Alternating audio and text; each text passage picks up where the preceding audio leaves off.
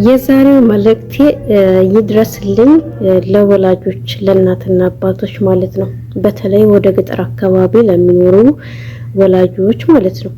ይድረስልኝ አደራ ይሄ ቪዲዮ ማለት ነው። አሰላሙ አለይኩም ወራህመቱላሂ ወበረካቱሁ። እንዲሁም ክርስቲያን ወገኖቼ ሰላም ብያለሁ።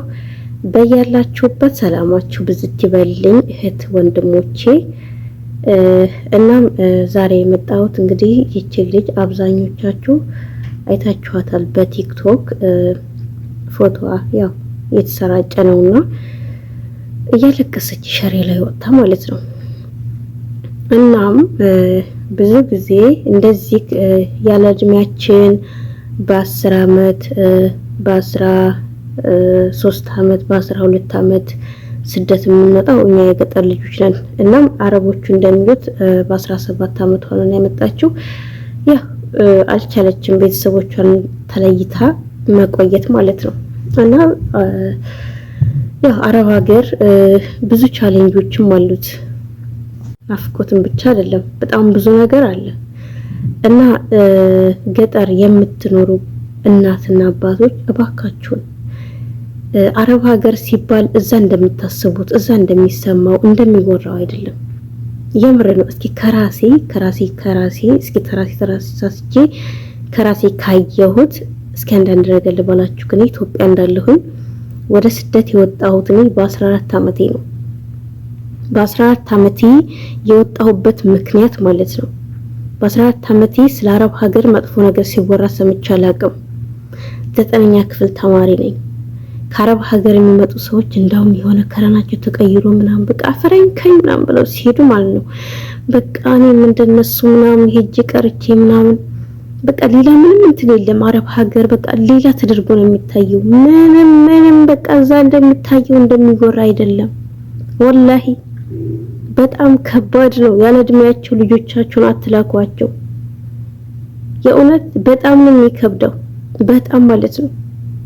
እኔ እንዴት አርጌ ላስረዳችሁ? ወላሂ በጣም ከባድ ነው። በጣም ማለት ነው። እንዴት አርጌ ስለ አረብ ሀገር እኔ እንዴት አርጌ ማስረዳት ባልችልም ግን እንደምታስቡት አይደለም። በጣም ከባድ ነው። ልጆቻችሁን ያለ እድሜያቸው ልካችሁ አታቀንጭሯቸው። በቃ አታቀንጭሯቸው። ሀገራት ትምህርታቸውን ይጨርሱ፣ ይማሩ። ሌላው ቢቀር ትምህርታቸውን ይጨርሱ። 20 አመት 21 አመት ከ19 አመት በላይ ሲሆናቸው ስደት ላኳቸው። ከዛ በታይ ግን አትላኳቸው። በጣም ከባድ ነው። በጣም ከባድ ነው። እኔ በ14 አመቴ ነው ስደት የወጣሁት። ያው እንዳልኩት መጀመሪያው ስደት ስወጣ ከአረብ ሀገር የመጡ ሰዎችን ሳያቸው በፍጹም እንዳለ ህይወት የኑሮ አይመስሉም። በቃ ሌላ ዓለም ነው አስቤ የወጣሁት ማለት ነው። ሲጠይቋቸውም ስለ አረብ ሀገር መጥፎ ነገር አያወሩም፣ መልካም እንደሆነ ነው። ግን ሀብ የአረብ ሀገር ወጥቼ መጀመሪያ እንደመጣሁ ስራ ለማግኘት ራሱ ተቸግሬያለሁ። እቺ ያው በህጋዊ ስለመጣች ነው ያው ተቀብለዋትም እንዴት ብለው እንደተቀበሉ አላውቅም። እንዴት ነው በህጋዊ የ17 እድሜው 17 ነው። ለ17 አመት ሊመጣት ይችላል እንዴ? በነገራችን ላይ ከኔ እድሜ አንፃር ሳይሆን የአዲስ ስደት እንደወጣሁበት እድሜ አንፃር ሳይሆን ትልቅ ናት እቺ። እኔ በ14 አመቴ ነው። በዛ ላይ ምንም ሩህ የሚባል የለኝም ነበር። ሀበሻ እንኳን ራሱ ስደት ላይ የወጡ ሀበሻዎች ሲሆን እንዴት ነው በዚህ እድሜሽ ወጣሽ ምናምን እየተባልኩ ነበር። በርግጥ ማንንም ገፋፍቶኛል ነበር አረብ ሀገር ስወጣ ማለት ነው። በራሴ ነው የወጣሁት። ግን የዛን ሰዓት ታይ ብሎ መገረፍ ነበረብኝ። በቃ መገረፍ ነበረብኝ እንዳልወጣ ማለት ነው። ግን አልተገረፍኩም። በቃ ሂጂ በቃ ተፈለግሽ ሂጂ ተባልኩ ማለት ነው። ምክንያቱም በቃ የሚወራው ነገር ሌላ ነው። በቃ የሆነ በቃ ሂጂና ህይወትሽን ቀይሪ በቃ ሄዳለሁ ካልሽ ነው የተባልኩት። ከ19 አመት በታይ ሆነ ልጆቻችሁ እንኳን ሂዱ ብላችሁ ወረቀት እንትን ብላችሁ ልትልኳቸው አይደለም ስለ ስደት ሲያወሩ ከሰማችሁ ቅጧቸው። የምሬን ነው የምላችሁ። በጣም አይጠቅማቸውም። እናንተ ብትቀጧቸው ልቅዛ ይጠቅማቸዋል። እና ምን በ14 አመት ህይወትቼ ለመጀመሪያ ስራ ሳፈላልግ የሆነ ስራ አገኘሁና ሄድኩኝ። እዛ ስራ ሲሄድ ስራ ራሱ የሚያሰራኝ የለም ነበር። ማን የትኛው ናት ምናምን ብለ ይፈልጋሉ። እኔ ነኝ ምናምን እሷ ነች ምናምን ያው በአማርኛ ነው አልችማርኛ እኔ ምናምን ስላችሁ ወይ ብር እንስጥሽ ምግብ እንስትሽ ነበር የሚሉ ማለት ነው። ምክንያቱም ያው የዛን ሰዓት በኮንትራት አይደለም የሄድኩት ነበር። በኮንትራት ቤት በርግጥ በዛን ሰዓት የሚቀበል ሰው ይኖር አይመስለኝም። ያው እንደማንኛውም ሰው ነበር ስደት እንትን ብዬ የገባሁት ማለት ነውና ስራ ለማግኘት ራሱ ስቃይን ያየሁት ስቃይን ማለት ነው። በዛ ላይ ኃላፊነት የሚባለውን ነገር አላቀውም። ልጅ ነኝ። ምንም ነገር የማውቀው ነገር የለኝም። በቃ ምንም ነገር ማለት ነው። እና በጣም ብዙ ተሰቃይቻለሁ። በጣም ማለት ነው። ያለ እድሜ ወጥቼ በጣም ብዙ ፈተና አሳልፌያለሁ። የኔን ታሪክ ተሐስከፈ ብለቀው ወላሂ እዚህ ሶሻል ሚዲያ ላይ ግን አለቀው። ምክንያቱም እኔ እንጃ ያው በአጭሩ ያለ እድሜያችሁ አትውጡ። ስደት ያለ እድሜያችሁ አትውጡ እምላችሁ ላይ ሰሙኝ ይችላል። ይሄን ቪዲዮ ግን ወላጆች ግን እንዲሰሙት አድርጉልኝ። ያለ እድሜያችሁ ልጆቻችሁን ስደት አትላኩ፣ አትሽጡ ልጆቻችሁን። ኮንትራት እንግዲህ ራሳችሁን አጨረሳችሁ ምን ልኳቸው አይደል? አትሽጡ ልጆቻችሁን ያለ እድሜያቸው። ክንዳቸው ይጥና ይማሩ። እስከዛ ችግር የለውም ታንድ እንጀራ በላይ ይፈጃሉ እንዴ? ቁርስ አንድ እንጀራ፣ ምሳ አንድ እንጀራ፣ እራት አንድ እንጀራ ነው። ከዛ በላይ ምን ያክል ይፈጃሉ? አይፈጁም።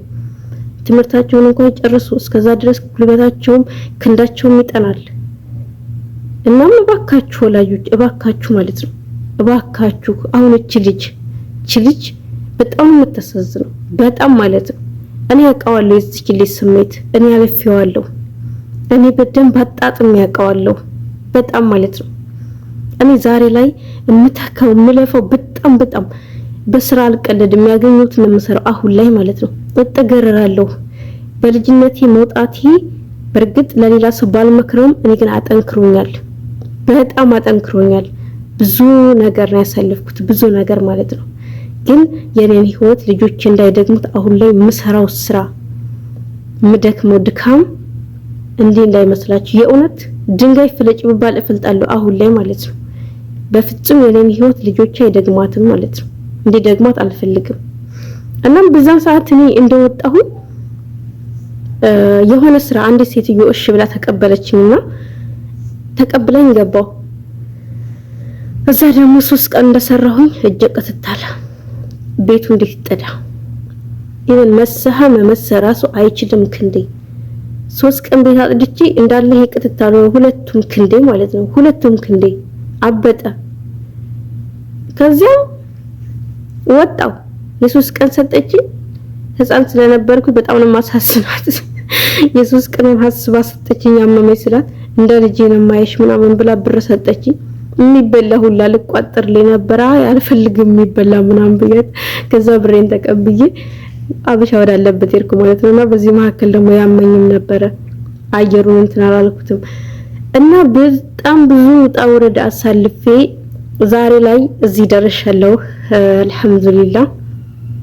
የኔን ህይወት ግን ልጆቼ እንዳይደግሙት አሁን ላይ የምሰራው የምለፋው የምፈርጠው አሁን ላይ እንዲክ አፈርግጬ የምሰራው ወደፊት የምወልዳቸው ልጆች የኔን ህይወት እኔ ያለፍኩትን ህይወት እንዳይደግሙት ነው። እኔ ምን ያክል እኖራለሁ እንግዲህ በኋላ ምናልባት 30 አመት 40 አመት ባሁን ባለንበት ጊዜ አሁን ባለንበት ዘመን ምን ያክል አልኖርም። የተወሰነች አመት ነው ብኖርም ማለት ነው። ግን የምወልዳቸው ልጆች የኔን ህይወት እንዳይደግሙት አሁን ላይ ጠንክሬ መስራት እንዳለብኝ ራሴን ሁሉ ጊዜ አስታውሰዋለሁ ማለት ነው። ሁሉ ጊዜ ማለት ነውና እባካችሁ ገጠር ያላችሁ እናትና አባቶች እባካችሁ እንደምትሰሙት እዛ እንደምትሰሙት አይደለም። በጣም ከባድ ነው። እንኳን በህፃንነታቸው ክንዳቸው ጠንቶ እንኳን የሚቻል አይደለም ያረብ ሀገር ኑሮ ማለት ነው። በጣም ከባድ ነው። እንደምታስቡት ስጋ ተበልቶ ምን ተጠጥቶ ምናምን ጭማቂ ተጠጥቶ ነው ራስ ሳይበሉ የሚያድራሉ። ራስ ሳይበሉ ቁርስ ሳይበሉ የሚሉ በቀን አንድ ዚህ በልተው አንጀታቸውን ስር አድርገው የሚሰሩት ስራ ደግሞ እንዲህ እንዳይመስላችሁ በጣም ከባድ ስራ ነው የሚሰሩት። መስተዋት እንደዚህ ፈገፍጉ ደማቸው ሙጥጥ ሲያደርጉ ነው የሚውሉት። ስንት አይነት ስራ አለ። በዛ ላይ ያረጎቹ ጩኸት፣ በዛ ላይ የቤተሰብ ናፍቆት። አረ እውነት እባካችሁ ወላጆች እባካችሁ ልጆቻችሁን ያለ እድሜያቸው አትላኳቸው። ቪዲዮዬ በመሀከል ተቋረጠ፣ ስልክ ወርዶብኝ ነበረ። እናም ለገንዘብ ብላችሁ ልጆቻችሁን ህይወት ምስቅልቅሉን አታውጡ፣ አይምራችሁን አታጨንቅሩ። እናም ባካችሁን ወላጆች ባካችሁን ከእንዲህ ያለ ድርጊት ተቆጠቡ ለማለት እወዳለሁ። ቪዲዮ አይታችሁ ሼር ማድረግ እንዲሁም ሰብስክራይብ ላይክ ማድረግ አትርሱ። በሁለተኛ ቪዲዮ እስከምንገናኝ መልካም ቆይታ። ባይ ባይ።